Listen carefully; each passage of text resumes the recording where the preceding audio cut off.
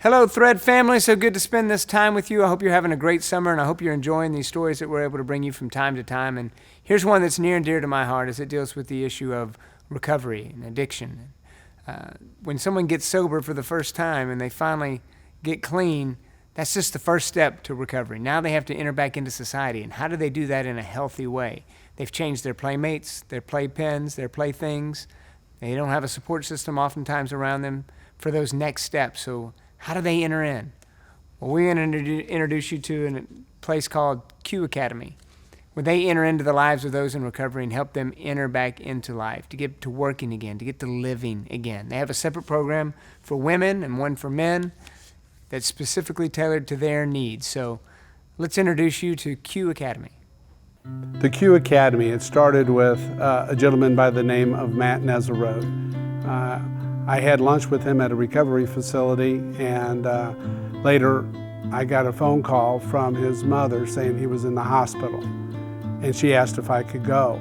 I realized when I got there, I met with his brother John, that Matt had a stroke due to alcoholism, and I knew right then and there something needed to be done. And so John and I met, and we started talking, and he asked me if I needed any help financially, and I said, no, it's an inside-out game. But I knew right then and there that the problem with addiction is a big deal and that something needed to be done. What we are is an organization that tries to help people re-enter into society. Doesn't matter how you get here, we have the resources to restart your life if you choose to. We are not a treatment program, we're not the military.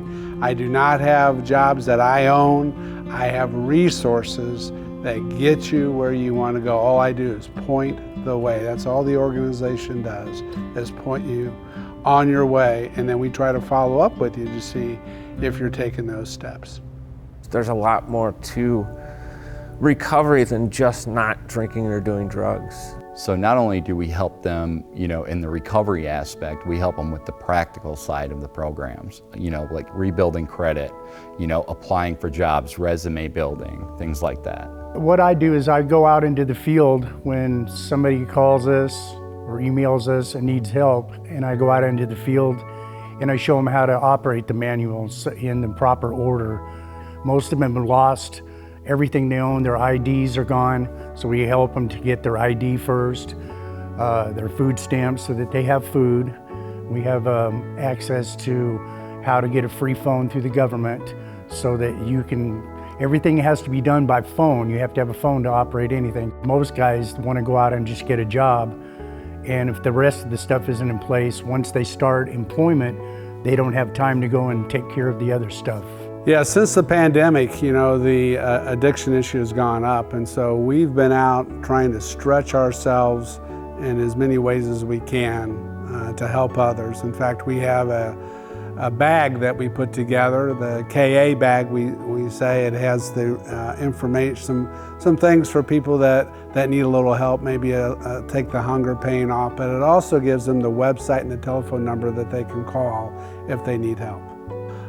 One of our guys had Narcan at a bus stop and was able to save a person's life by shooting that Narcan up his nose. I had it in my drawer for months and then stuck it in my pocket that day, and about an hour later I was using it. That's an all God thing.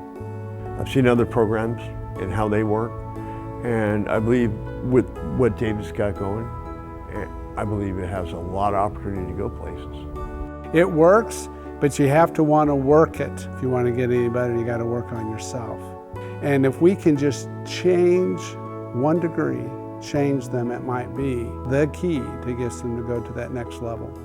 When we put ourselves out there and we plant seeds, and then God gets at people that are ready.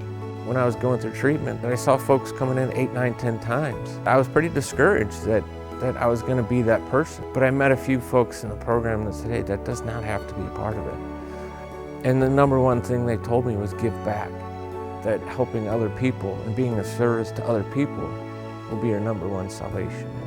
We're not incredible people. We're just, God's going to use ordinary people to do extraordinary things. The most enjoyable part of my job is seeing that light come on in people's eyes after it's been dark so long.